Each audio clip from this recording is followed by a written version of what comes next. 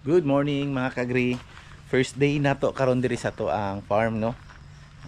Gahapon na to sila gidala ang ato ang mga manok, mga imported na to ang mga D853 kaning parent stocks. Diara sila oh. Medyo giganahan jud sila sa ilahang bag-o nga balay. Para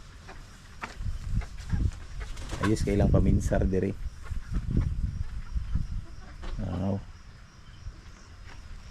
Limpyo kayo. Para dire cook number 2. Lingaw sila og kay-kay. Mana sila kaon mga kagri. Ang tubig nila na kuan Vitamin Pro vitamins.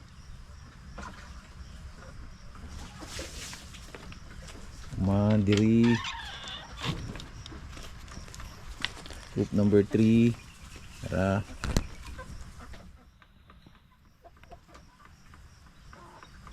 2, 4, 6, 8 and group number 4 2, 4, 6, 8 group number 5 2, 4, 6, 8 group number 6 ani sagol-sagol na ni ato ang mga kuan. Morning group number 7 diri dako ni siya kay mga darag ni para natay mo abutay nga mga darag unya mga kaagri atong ipagrow na malita og 100 heads nga mga day old darag, native darag. So idugang nato diri muto katong dia egg room tapad ana niya grower house nato na dia ta magpag-grow sa tong darag. Dagko na kay ito ang kuan na pier. So mo ni siya nga atong kahimtang karon patay mga panglimpyuhonon kani diri nya to paning butangan og net diri mga kaagri kay ato ang gamiton utilize nato tanang area diri.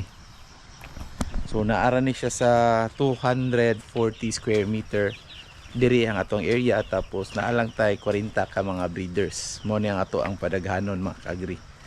So usually dili jud nato siya ingon nga kanang daghanon natong breeders kay mao ra man jud atong makaya diri good nya gina-dispose dayon nato atong mga day old chicks. Kung naay masobra ginapag-grow nato kadali pero as much as possible dispose nato para dili mag daghan ang manok diri kay intended ra man jud ta sa for backyard. Para di po nato makaya pud ang trabaho mga kaagri kung daghan na kaayo. Ani lang ni yung jaras na yung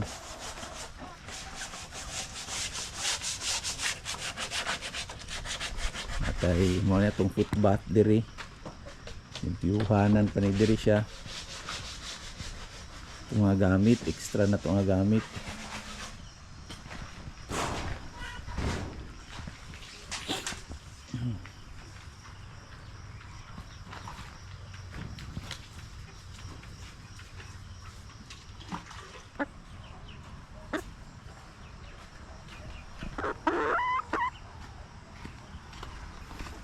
Dito ta sa flat asa mga to. Dahil sa siminto.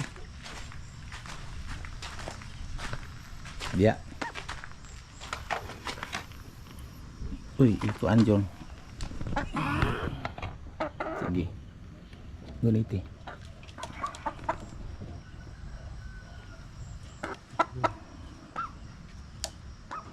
Sa ita sa sakto. Wala siya na sakto. Wala na sakto. 1096. Okay. 1 isa ka kilo 113 gramo. Okay. Paano siya? Dag-uman og kaon.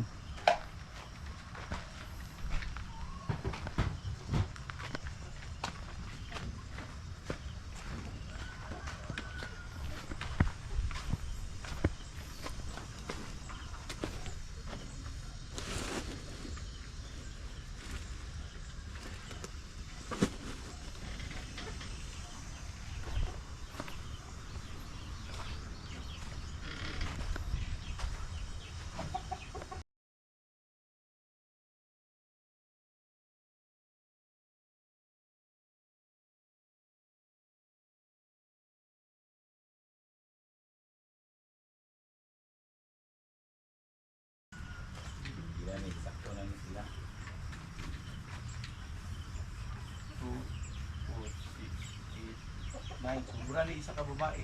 Tama ni. Ang isa ka lalaki diri. Waon ni siya.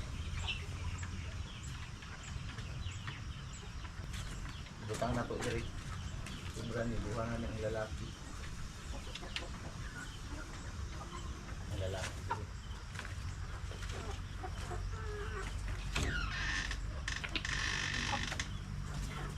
Malaan ako dito, 8 siyang babae. May sobra ni babae isa. Kanta na ako. Ang nagsulit niya, Jackie.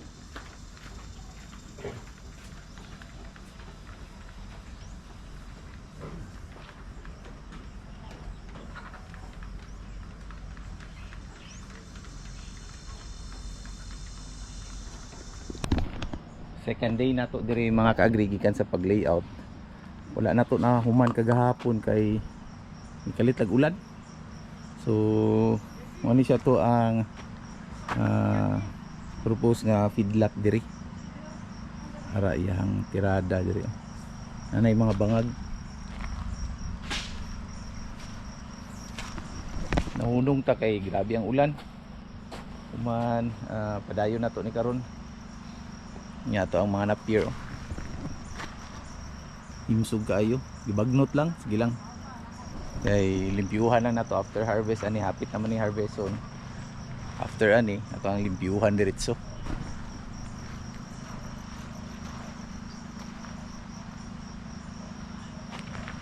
Diri kuman diri tirahanan pa natong budiga diri. Nagandagan pa jud tag tirahonon mga kaagri ba. Hinay lang kay gasto kayo para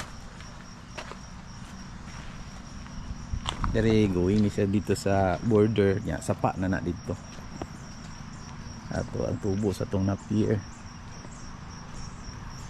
First nila nga tubo gikan sa pagtanom mo ni siya, so dapat 90 days ta before mag harvest ta ani, no? Tapos after harvest na sa pinakauna na tong pag harvest ani, pwede na ta maka-harvest every 60 days. So gipadako pa nato. Gukod pud ang sagbot lagi, grabe. Pero medyo hinay ang tubo diri banda kay naikahoy nahanungan. Landong manggod. Gusto jud sa napier mga kaagriba nga kuan siya. Kanang init jud. So, medyo landong ta diri nga area. May mga kawayan. Para dito na isa pa. Kaso yun maghula-hula pwede ta kakuha kuan tubig diya sa sapa. Diri. Kani diri gagmay pa ni kay gipahabol namon siya kay wala na straight nila og tanom nila dadik. Oni. Nay gipahabol na to ani diri.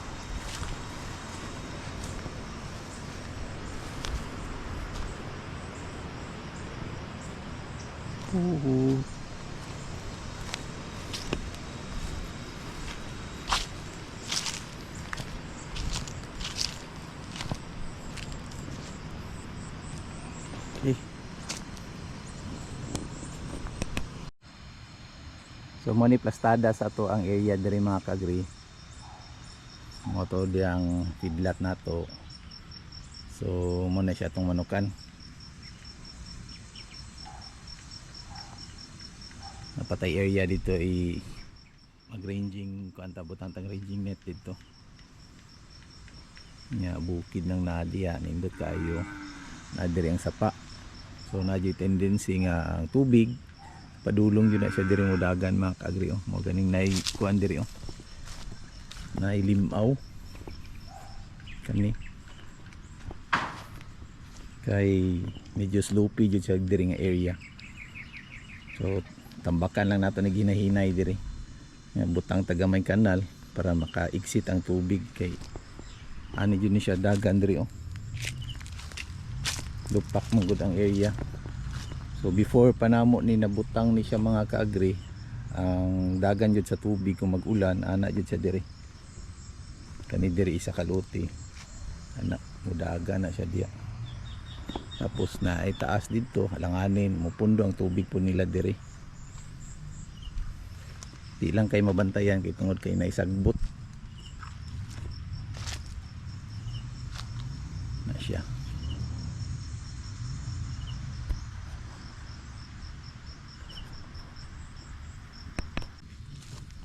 Lubong ang sinilas. Humok ng yuta. Lain diri ang yuta mga kaagri kay murag clay. Humok ayo. Pag mabasa gani, humok kay sa ibabaw. Pag mo init po, grabe ka mubagtok nya ang ilalom basa.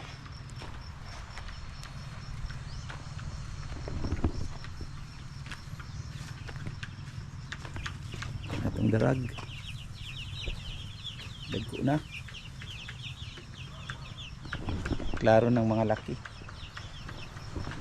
Enjoy.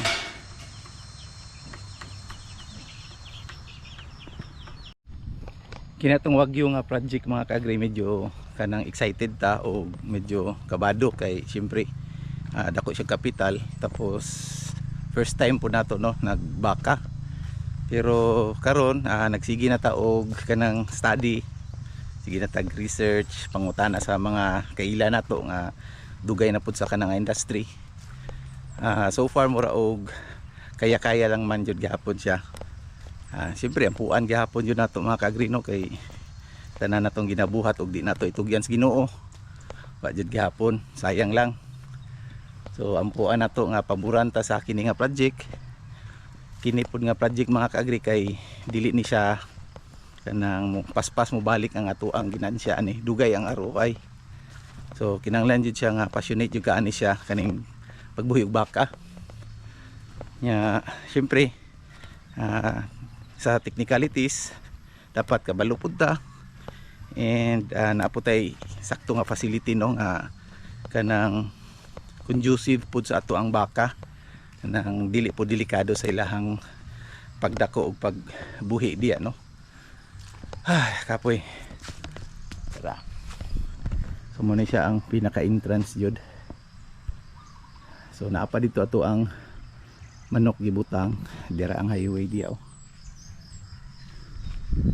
So naapa sa mga siguro mga 150 meters ikan dire sa simento nya ana dito layo siya nya wala siya silingan na ay bakante dire, pila ka hektarya bakante dire, na ay 1 hectare nga bakante usapan na balay.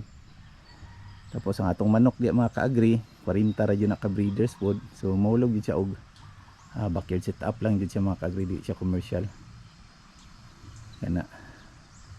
So dako kayo taog na invest na kay gabutang taog mga mountain mix para makaagyang ato ang multicab ang sakyanan dito kay ulagi lapok kayo, grabe grabe mo lapok. Ako ganing chinilas grabe mapilit. Diri sa ta natay purok diri gipahimo mga kaagri nga wala pud lagi na tambayan.